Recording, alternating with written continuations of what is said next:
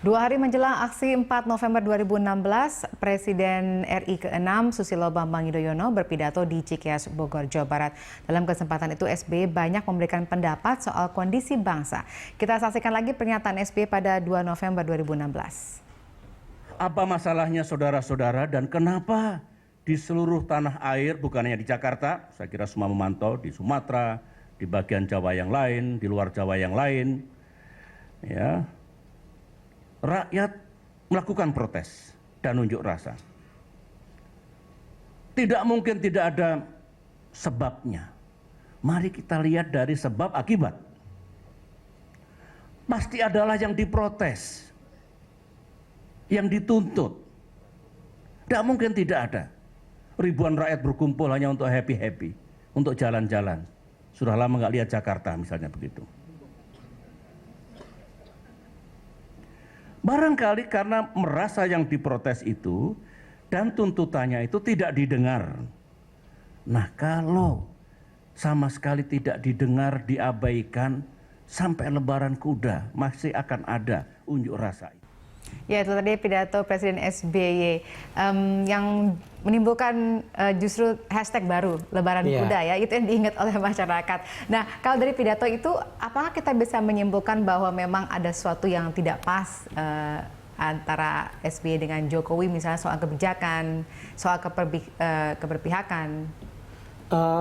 Yang jelas statement tanggal 2 November itu Partai Demokrat memiliki posisi yang sangat jelas bahwa di dalam menanggapi masih rencana pada saat itu, rencana 411, Partai Demokrat melihat bahwa akar persoalannya itu adalah sebenarnya aspirasi rakyat yang tidak didengar. Nah, yang kedua,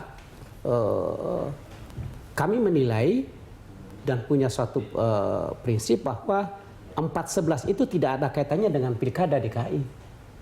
Dua hal ini yang menjadi prinsip dari kesimpulan dari Partai Demokrat, sehingga Partai Demokrat memberikan warning. Nah, kalau ingin mengatasi persoalan itu, maka kedua hal inilah yang harus menjadi perhatian pemerintah.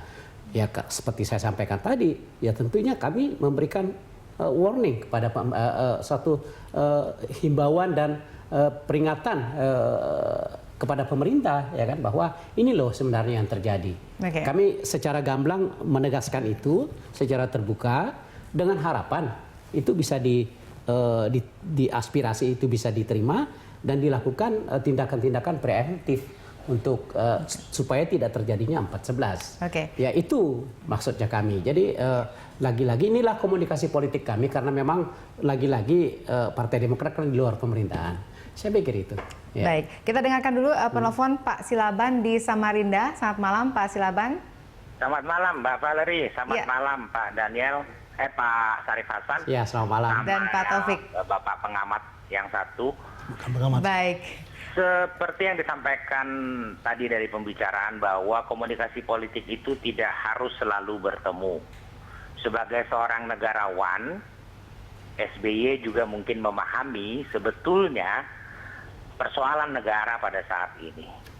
Dampak dari peristiwa 411 mengenai Basuki Cahayapurnama, lalu kemudian rencana tanggal 2 Desember, saya pikir itu lebih pantas ditangani dan lebih pantas juga difikirkan oleh Pak SBY, karena seperti saya sampaikan bahwa Pak SBY itu memahami betul bahwa ada yang lebih penting daripada sekedar bertemu.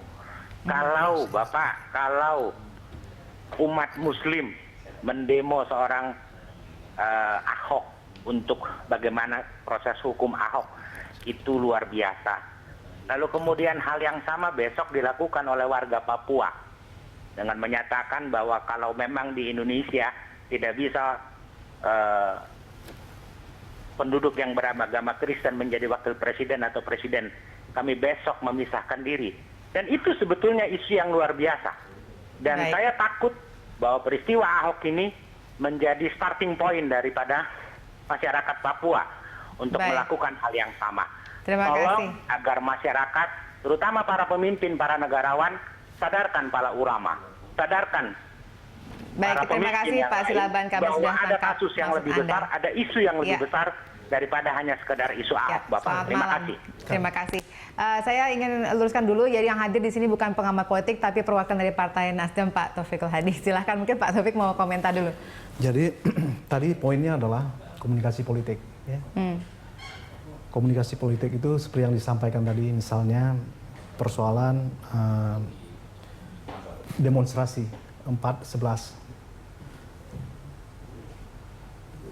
Mengkritisi tentang, taruhlah itu adalah tentang Ahok, ya, seperti yang dituntut oleh sejumlah para pelaku demo damai tersebut.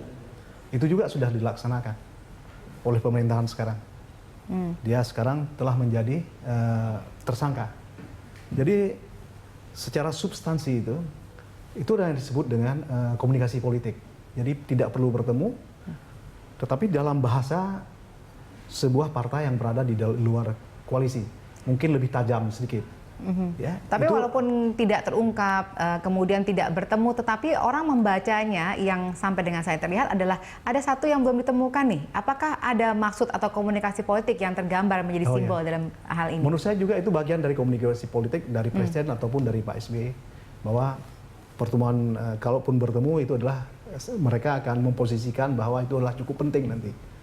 Tetapi ya bukan berarti bahwa kalau mereka tidak bertemu, itu adalah sejumlah persoalan-persoalan yang telah terkomunikasikan itu tidak tersampaikan. Nyatanya itu adalah Ahok telah tersangka, ya, dan sebagainya. Jadi menurut saya persoalan pertemuan di dalam konteks pemahaman saya secara personal penting, memang. Tetapi bukan berarti itu kalau tidak bertemu sejumlah isu politik saat ini itu adalah tidak berjalan. Oke, mudah-mudahan tidak perlu menunggu sampai Lebaran Kuda pertemuan itu baru bisa terjadi. Baik, terima kasih pemirsa. Kami akan kembali saja berikut ini.